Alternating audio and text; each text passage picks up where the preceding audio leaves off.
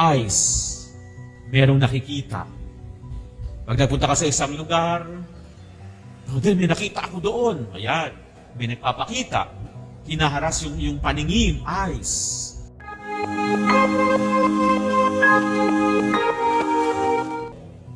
Yung harassment din, pwede siyang maramdaman ng ating 5 senses.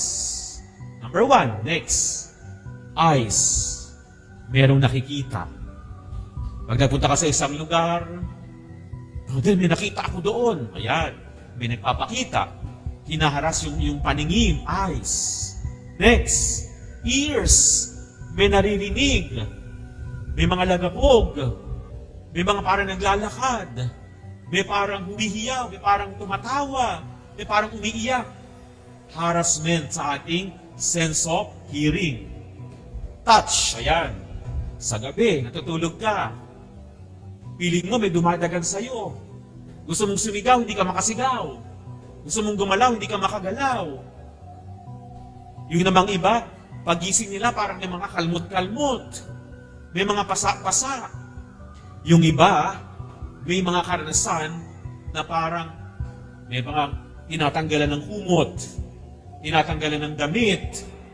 Meron pang iba, feeling nila nire-rape sila. Totoo yan. Nangyayari po yan. Ang tawag natin dyan, incubus, tsaka succubus.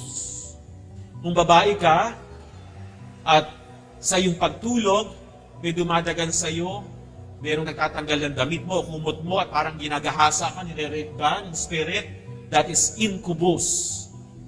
Kung lalaki ka naman, at gayon din ang naranasan mo, parang may dumadagan sa iyo, parang may nang-re-rape sa iyo, na babae sa iyong spirit, that is succubus. Totoo yan, sense of touch, incubus and succubus. Next, smell. May mga lugar na talagang ang babaho, kahit anong linis ang gawin mo, bahagi ng bahay mo, linisin mo na, lalagyan mo na ng sunrocks, ng mga spray-spray, pero ganun pa rin. Nangangamoy pa din. Yun ang gusto ng mga spirit.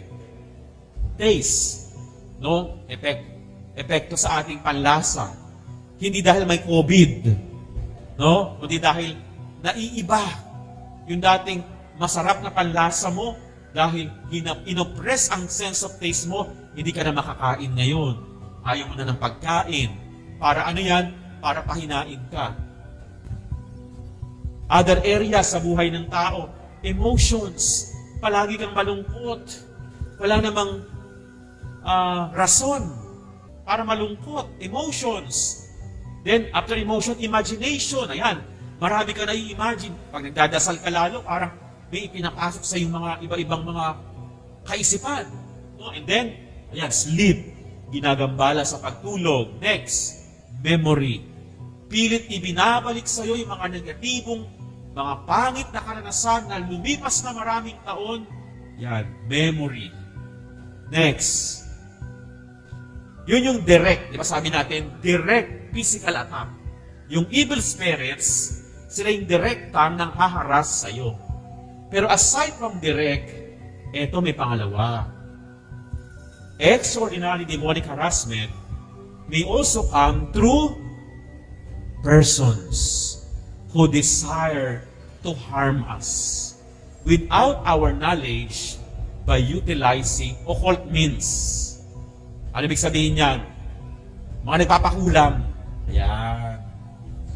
May mga oppression na dumadating sa atin kasi may mga tao pwede naiinggit sa atin, nagagalit sa atin, naaasar sa atin, nagpunta sa isang occult practitioners na may kapangyarihan galing sa kaaway para bigyan tayo ng sakit at karamdaman.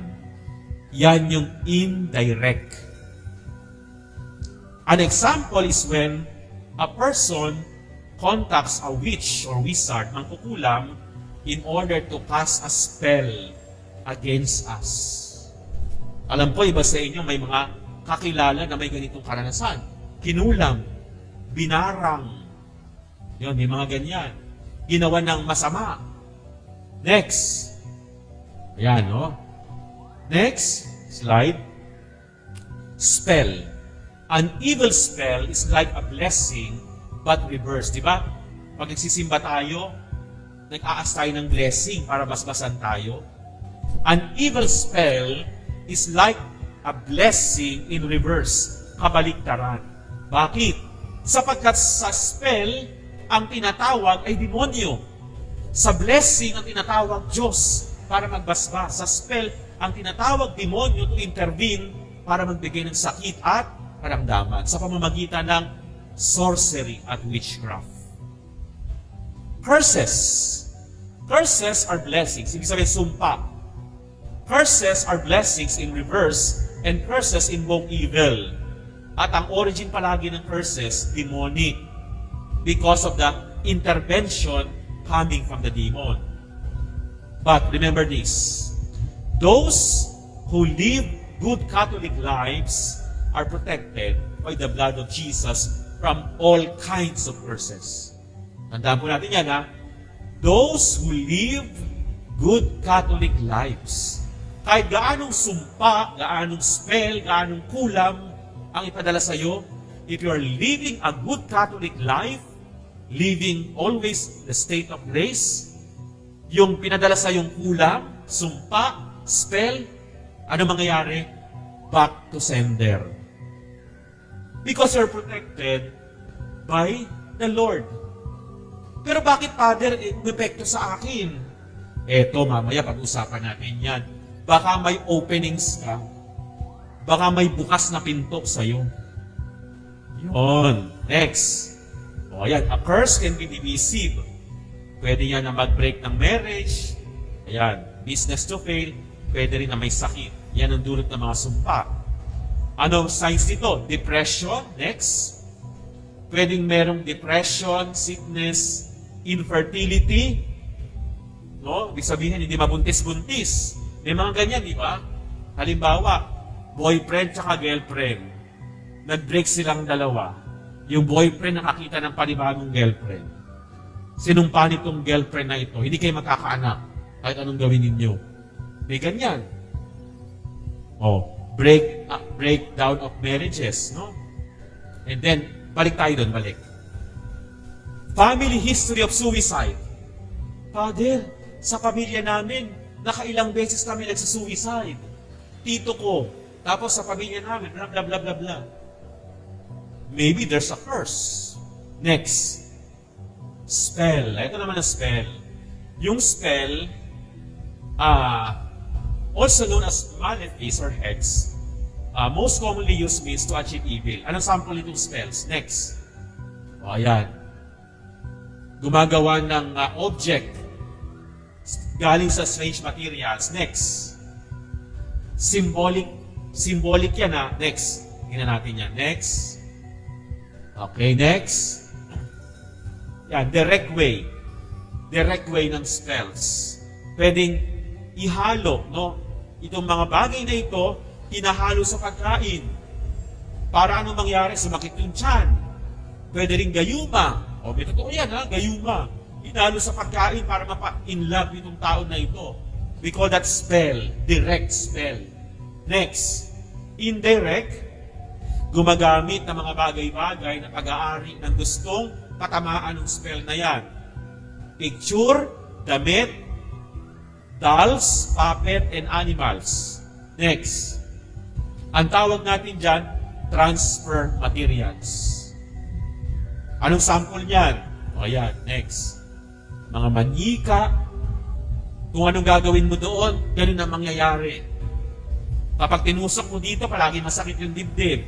Tinusok mo sa leeg, palagi masakit yung batok nung patutunguhan nun. Transfer materials, ginagamit yan ng occult practitioners. Next. O, meron tayo tinatawag, Father, totoo ba yung mangkukulam? Yes. Sa Biblia, totoo yan. Even in the Old Testament, pinagbabawal yan ng Diyos sapagkat may mga tao na may kaalaman sa itim na kapangyarihan. Pinagbabawal yan ng Diyos. Ano pa? Aside from mangkukulam? Next. Next. O yan, ginagamit sila ng mga manikang tinutusok-tusok. Next. O yan, baka kilala niyo yan. Kung sino yan? Next. O, eto. Aside from mangkukulam, Father, meron din palang mambabarang. Anong pagkakaiba ng mangkukulam sa mambabarang? Kung yung mangkukulam gumagamit ng mga bagay-bagay, ang mambabarang, ang ginagamit nila, mga hayop, insekto. May mga insekto lumalabas sa katawan ng tao. Barang ang tawag doon. Next. Yan, mga fungus, beetles, etc. Next. Yan, mga sample. Next. Next. Next. Ayan. The primary tool, no? Binibilisan ko ng konti kasi itong topic po na ito, half day po ito dapat. Kung tapusin ni Father, hanggang alas 12 tayo dito matatapos. Pero, binamadali ko lang, pero binibigyan ko kayo ng gist. Anong primary tools against curses, spells, hexes? Number 1, sacraments. Especially the sacrament of confession. Very important yan. Kaya ugaliin natin magkumpisal. Kasi kapag ang tao maraming kasalanan, madaling lapitan. Mamaya makita natin yan. Sacramentals. Yung mga sinusuot natin, yung mga crucifix, yan, importante yan, holy water, mamaya pag-usapan natin yan. Exorcism, especially sa possession. And then prayer. Kaya mamaya, bago matapos, bibigyan ko kayo ng kopya ng prayer na pwede nating magamit sa spiritual warfare. Amen? Next. O, pang-apat na po ito. Kung yung una, possession. Pangalawa, obsession. Pangatlo, oppression. Pang-apat, diabolical subjugation. Simple lang ito. Yung tao, meron siyang pact with the devil. Meron siyang usapan. Consecration to the devil. Next, ayan. Parang sanduguan sa demonyo. May mga ganyan din. Although, less yung incident na ganyan, pero nakakatotoo po yan, may mga tao nakikipag-consecrate sa devil as exchange for money, wealth, at marami pang iba. Pero tandaan po natin, walang ibinibigay ang demonyo na walang kapalit. Kaya do not ever have that memorandum of agreement with the devil because ang kapalit niyan, ang kaluluwa ng tao.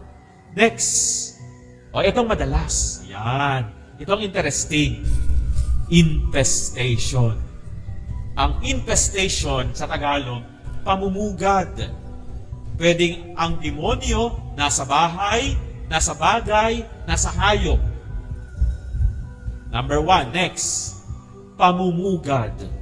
O pwede, nasa animal, nasa bagay, sakyan, pillows, dolls, amulets, place, bahay, opisina, tindahan, palayan, at mga buildings. Father, binararamdaman kami dito. Yun, ang tawag doon is infestation. Namumugad sila. Next. Yan, sa bahay, sa mga bagay-bagay. Next. Haunted house. Ang haunted house would fall under infestation. Dito ba sa Pasig may haunted house? Hindi ko alam kung meron, no? Baka meron kayong alam. Next. Ano ang nangyayari kapag ang isang lugar o bahay infested? Number 1, may mga hindi maipaliwanag na tunog. Mga noises like, o diba, nag-iisa ka sa bahay mo, biglang may naglalakad sa taas. Pwede yun. May mga bangs, may mga sumisigaw, may mga nagtatawanan. Ikaw lang mag-isa sa bahay mo. Wala kang ibang kasama. O yun, posible yan. Next. Yung temperature. Next. Next slide. Yung temperature sa kwarto biglang lumalamig. Parang wala ka namang kasama doon. Wala namang aircon, biglang lumamig. Parang yung mga balahibo mo ay tumatayo. May mga bagay na nawawala. Itong bagay na ito, ipinatong ko lang dito sa table na yan. Tandang-tanda ko, diyan ko ya iniwan. Bakit nawala? Makalipas ang ilang araw, bakit ko natagpuan? Yun. Posible yan. Objects, nagdi-disappear. and then napupunta sa ibang parte ng bahay. Next. Yan, strange presence felt. Nag-iisa ka lang, bakit parang may kasama ko dito? May ganyan. Presence of offensive odor. Nasabi ko sa inyo kanina. And then, interruption of electric current, malfunction of electronic devices. Kumukurap-kurap yung ilaw, yung radyo mo, yung computer mo, kung ano mga electronic gadgets yan. Wala namang power interruption. Next, pictures that mysteriously bang or fall off the wall. Itong picture na to nalalaglag. Kinakabit ko naman, lumalaglag ulit. Ano pa? Doors and windows nagbubukas, nagsasara, wala namang hangin. Dishes or other objects levitating and flying around the room. May nangyaring ganyan, ha? Mga bagay-bagay, lumulutang na lang sa bahay. Okay sana kung yung mga pinagkainan niyo, biglang nahugasan ka agad. O, di ba? Meron kang instant katulong sa bahay, di ba? Pero may mga nananakot na gano'n. O. Next. Bakit nangyayari ito? Bakit ba ang isang lugar, isang bahay ay infested, pinamumugaran? Bakit? Number one, posible na sa bahay na iyan may cursed object. Napanood niyo yung pelikula na Segunda Mano? Diba? O kaya yung mga bumili ka ng mga antique na galing sa ibang lugar, hindi mo alam, may nakakapit pala dyan. Cursed object pala yan. Nindila mo sa bahay mo, doon nagsimulang nagkaganon pamilya ninyo. Or the house itself is being cursed. Sinumpa. Next. Or nagamit yung bahay ninyo sa occult activities like seances. Ano ba yung seances? Meron kang tinawag na pinasapian para makausap yung kaluluwa ni ganito. Spirit of the glass. Naglaro kayo ng Spirit of the glass sa bahay ninyo dati. Or, may naganap na prostitution or naging drug den yung bahay ninyo. Kasi negative attracts negative. Next, sa bahay ninyo nagkaroon ng satanic ritual. Next, nagkaroon ng balik pa. Yan. Sa bahay ninyo may naganap na murder or suicide. May nagpakamatay. May nagbigti. May nagbaril. Or, o pwede yung tao sa bahay ninyo being attacked by an evil presence. Kaya nga napaka-importante, binababasbasan kapag may nagpakamatay sa bahay. Kasi nga negative attracts negative. Next, kapag nagpadugo sa bahay, yan. Father, nagpagawa po kami ng bahay. Nagpatay po kami ng manok. At yung dugo ng manok, nilagay namin doon sa foundation para tumibay ang foundation ng bahay namin. Naku po, ang padugo is a kind of consecration. That means you consecrate your house to the Spirit. Lalo silang mamumugad dyan. Bakit? Nag-alay ka ng dugo. Kaya minsan, o kadalasan, pag nagbabasbas kami ng bahay, kapag ang rason nila, ba't sila magpapabasbas? Kasi po, may nagpaparamdam sa bahay namin. Lagi nagkakasakit, may kakaiba kami nararamdaman, etc. etc. Pag tinanong mo, nagpadugo ba kayo sa bahay niyo? Opo, Father. O, yun ang rason. Because you consecrate your house to the spirits there. Therefore, you give them authority and right over the place and over the people living in that place. Ayan. Next. Kaya napaka-importante, ipa-bless ang bahay. No? Actually, ang blessing, kailan ka huli nagpa-bless? Parang mga 1990s pa yun. Matagal na yun. Kasi kadalasan, kapag may naganap na ibang mga bagay sa bahay ninyo, ito pwedeng may kumapit doon. Kaya usually, nagkakaroon ng renewal of blessing. Kung yung kasal may renewal, yung blessings ng bahay, usually may renewal din yan. Kasi pag may mga nangyari sa bahay ninyo, nawawala yung blessing. Kaya kadalasan, nire-renew. Next. Ito. Third part na tayo. Gising pa ba kayo? Amen? O sige, third part na tayo. How does one fall prey to the extraordinary activity of the devil? Sa Tagalog, paano ba ang tao nahuhulog sa kamay ng kaaway? Or we call this spiritual and moral openings. Nagbubukas tayo ng pinto, bintana, para makapasok sila. Ano-ano yan? Number one, o pwede, katulad ng naganap kay Job, may permission ang Diyos. Wala naman nagaganap sa buhay natin na walang permission ng Diyos eh. Katulad kay Job, God permitted that for a reason, for a purpose. Next, ito ang kadalasan. On our own doing. Because of the presence of openings. Ibig sabihin, may pintuan, may bintana tayong nabuksan para makapasok sila sa ating buhay. Ano-ano yan? Next. Yan. Number one, sinful lifestyle. Spiritual opening yan. Pag sinabing sinful lifestyle, number one, next, o ayan, posible, namumuhay sa kasalanan. May asawa ka na nga, meron ka pang alam mo na, mga ganon. Next, mga bisyo. Yan yung mga, basta ang mahalaga alam natin, kasalanan. Opening yan sa kaaway. Next, kapag tayo ay mayroong occult involvement and New Age practices. Ano yan? Occult involvement. So these are against our Catholic faith. Kapag na-involve tayo dito, ano yan? Next. O ayan, mahilig tayo magpa-albularyo, magpunta sa mga mantatawas, manghula. Next. O ayan, magpagamot sa kanila. Next. Animism and paganism. It is a belief that everything has a spirit. No? Next. O ayan, offering to idols and other similar rituals. Nag-aalay tayo ng dugo, pagkain o sakripisyo para sa mga espiritu, sa puno, mga ganyan. That is occult involvement. Sigarilyo, alak. Next.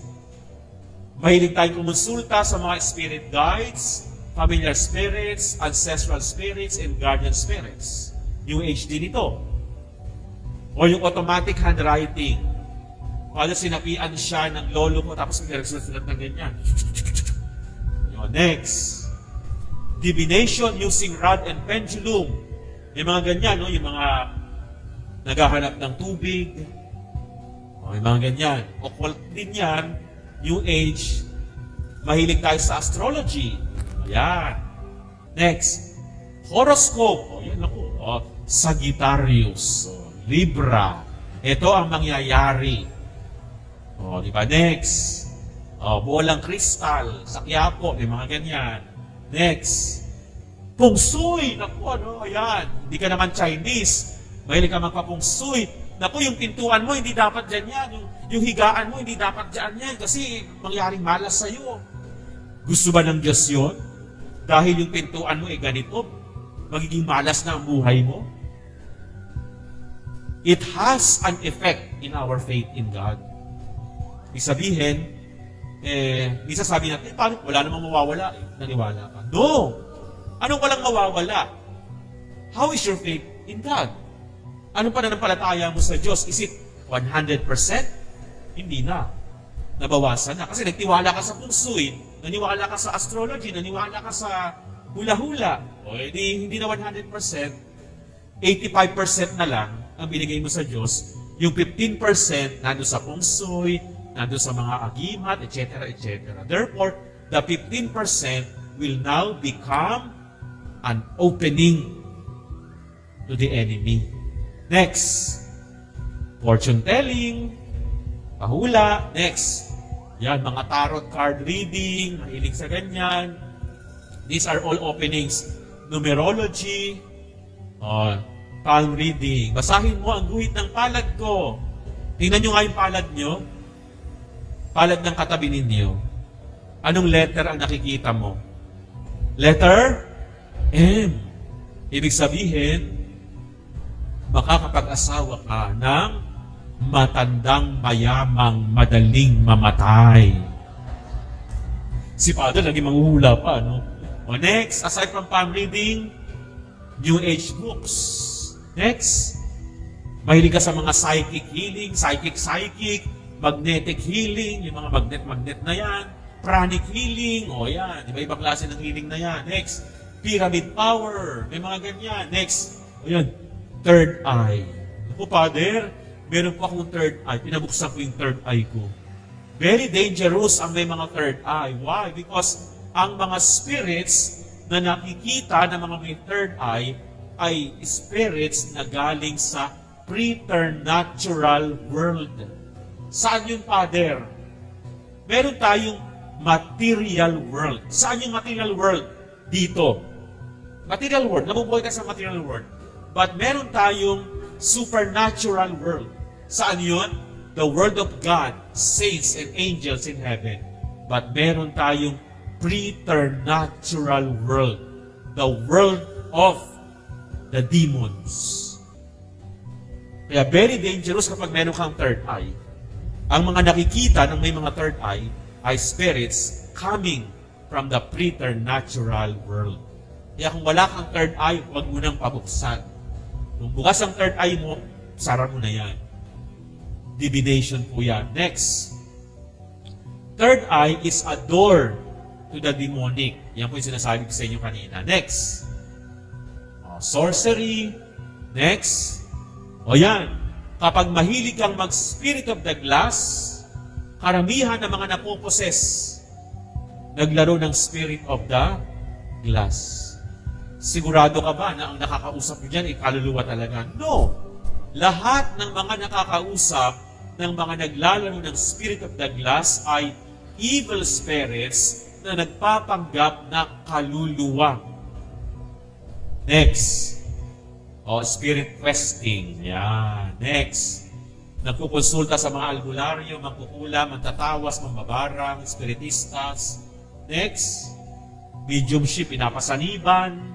Father, gusto ko makausap yung lolo ko na matay. O hahanap ng medium, papasapian. Next. Sciences, ganoon din yan. Next. Necromancy. Next. Wicca. Next.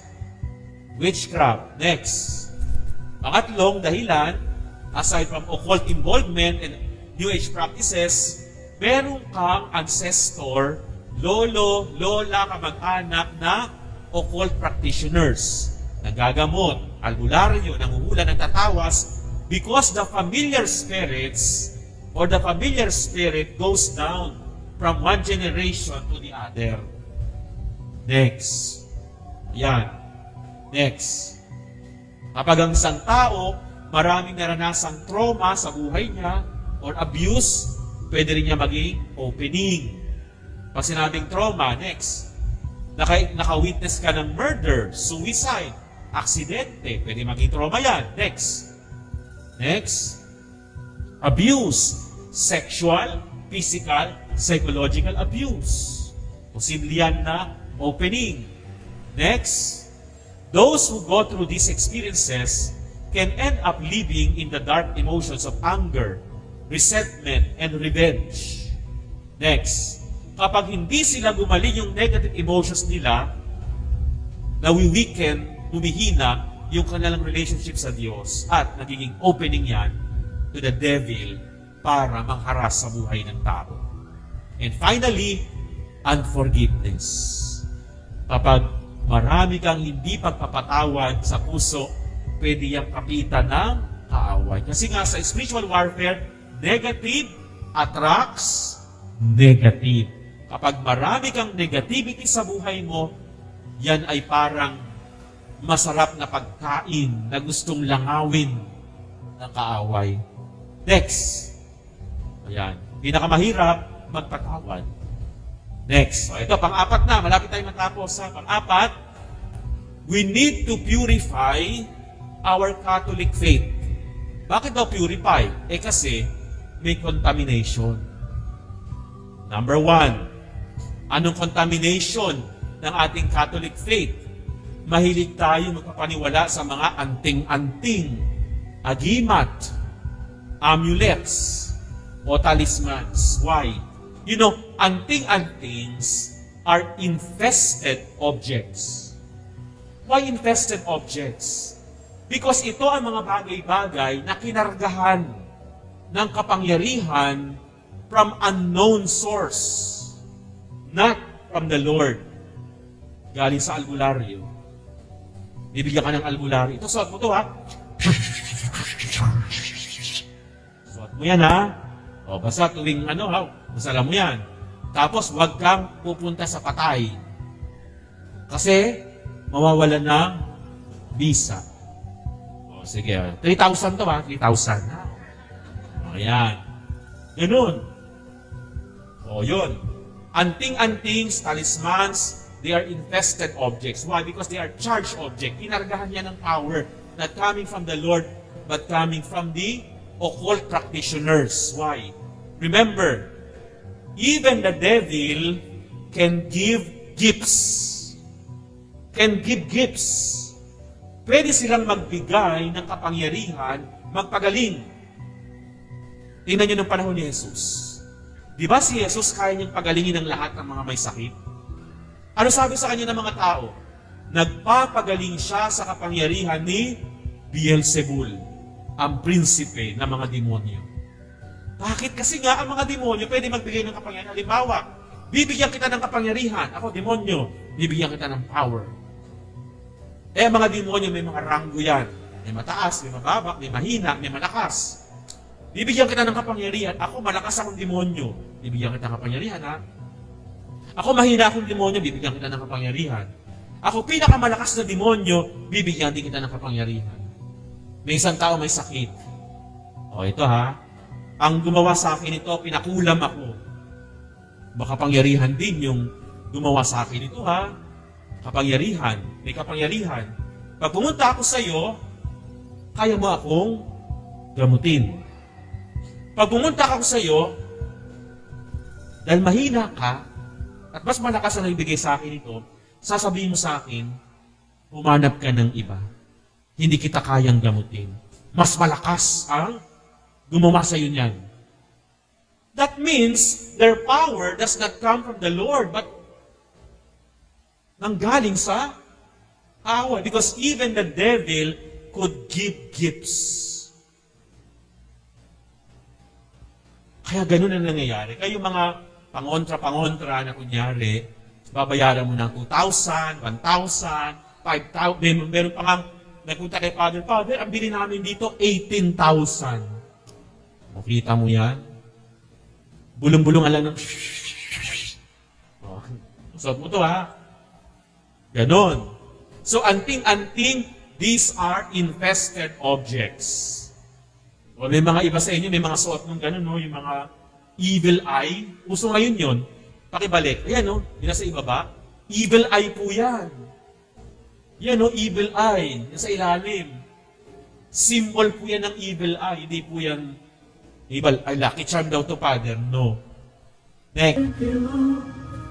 Non da così vedo, la retro Satana, non vuoi suare mi chi vana, son mala quell'iva, e se vele da biba, cruza casi nikilu, non da così vedo, la retro Satana, non vuoi suare mi chi vana, son mala quell'iva, e se vele da biba, cruza casi nikilu, non da così nikilu, la retro Satana, non vuoi suare mi chi vana, son mala quell'iva, e se vele da biba, cruza casi nikilu, non da così nikilu,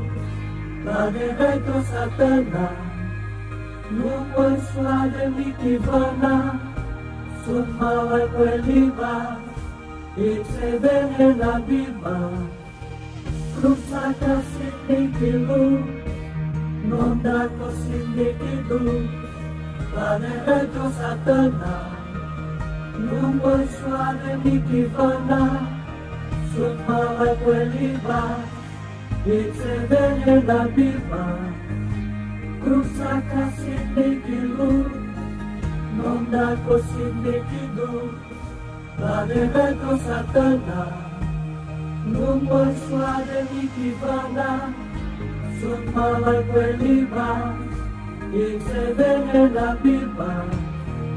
Cruzaka sindikilu, nondako sindikidu, badeveto satana, numai suade mikivana, sun malai queliba, ite vene la biba.